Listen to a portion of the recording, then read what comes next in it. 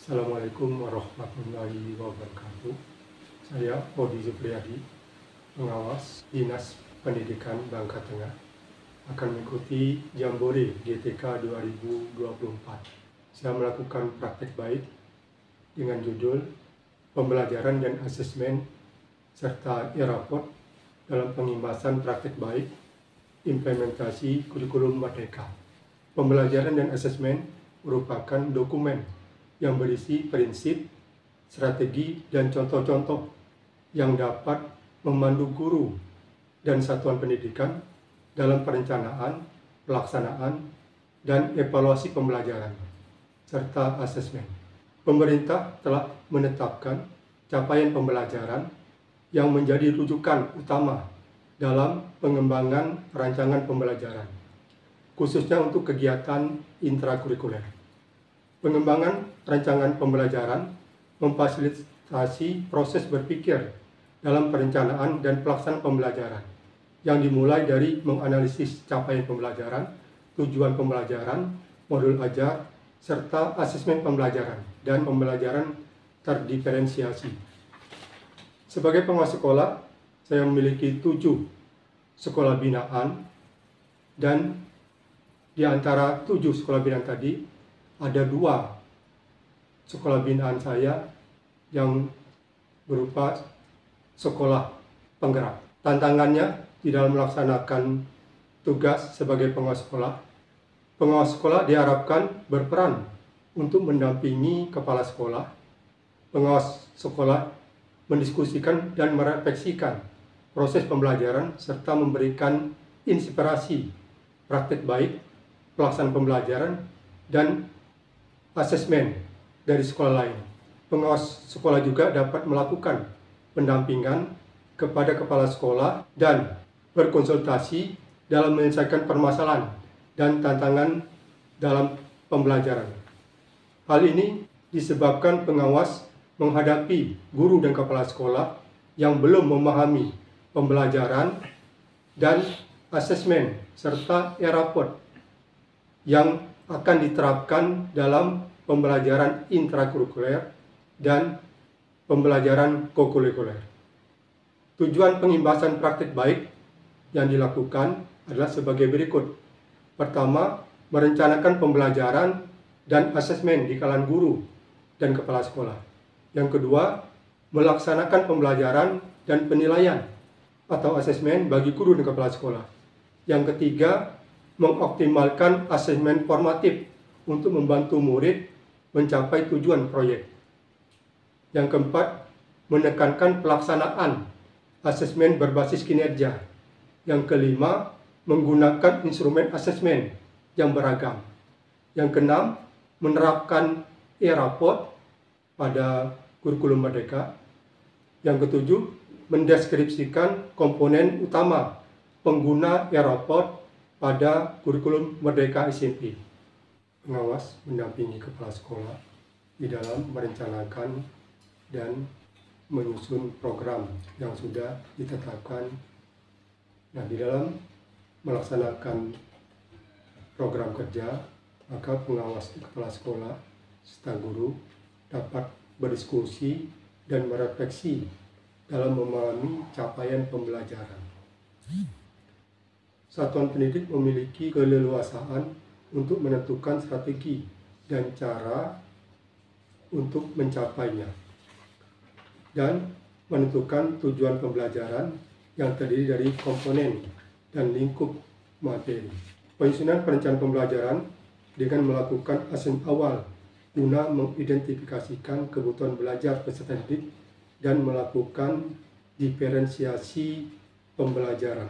Melaksanakan pembelajaran penilaian, di mana pendidik menyusun rencana pelaksanaan pembelajaran, termasuk di dalamnya rencana asesmen formatif, melakukan asesmen di awal pembelajaran, dan melaksanakan pembelajaran dengan menggunakan berbagai metode asesmen.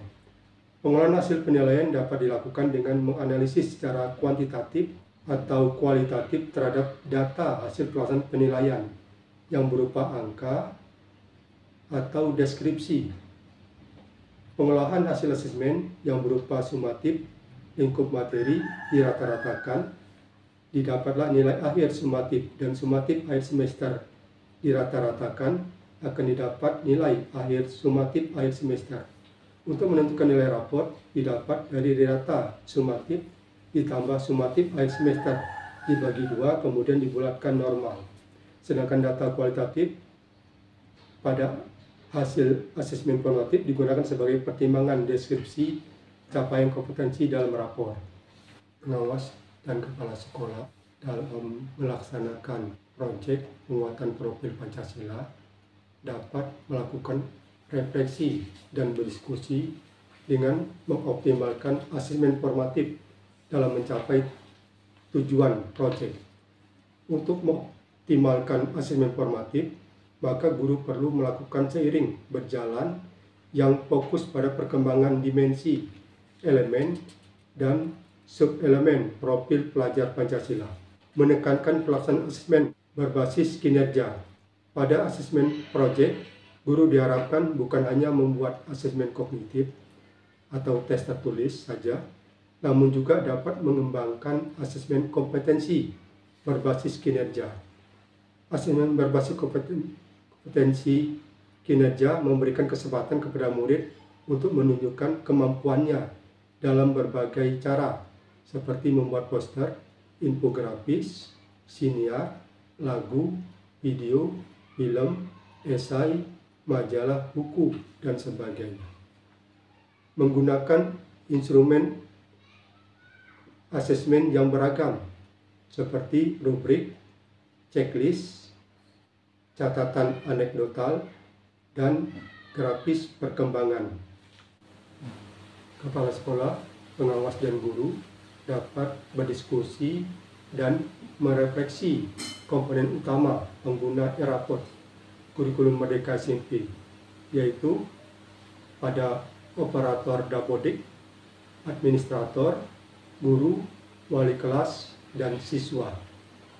Pada pengguna guru, guru dapat menginput tujuan pembelajaran, input nilai akhir, input capaian proyek P5, dan input nilai ekstrakurikuler. Dan pengguna wali kelas dapat mengedit data siswa, input rekap kehadiran, input nilai ekstrakurikuler, input kenaikan kelas, dan cetak leger dan rapor intra dan rapor proyek. Sedangkan pada siswa, cek capaian nilai rapor, mendownload dan cetak rapor, dan edit data siswa. Adapun dampak pengimbasan praktek baik pada perencanaan, pelaksanaan pembelajaran, dan asesmen serta e-raport adalah guru dan kepala sekolah dapat merencanakan dan melaksanakan pembelajaran, asesmen, dan e-raport. Guru dan kepala sekolah dapat mengoptimalkan penggunaan asesmen formatif pada P5, dan guru dan kepala sekolah dapat menerapkan e-raport pada kurikulum Merdeka. Demikian praktek baik perencanaan, pelaksanaan, pembelajaran, dan asesmen serta e-raport yang dilakukan oleh pengawas, kepala sekolah, dan guru dalam mengimplementasikan kurikulum Merdeka. Semoga kegiatan ini dapat bermanfaat dan memberikan inspirasi bagi satuan pendidikan di dalam menerapkan implementasi kurikulum Merdeka. Salam sehat. Wassalamualaikum warahmatullahi wabarakatuh.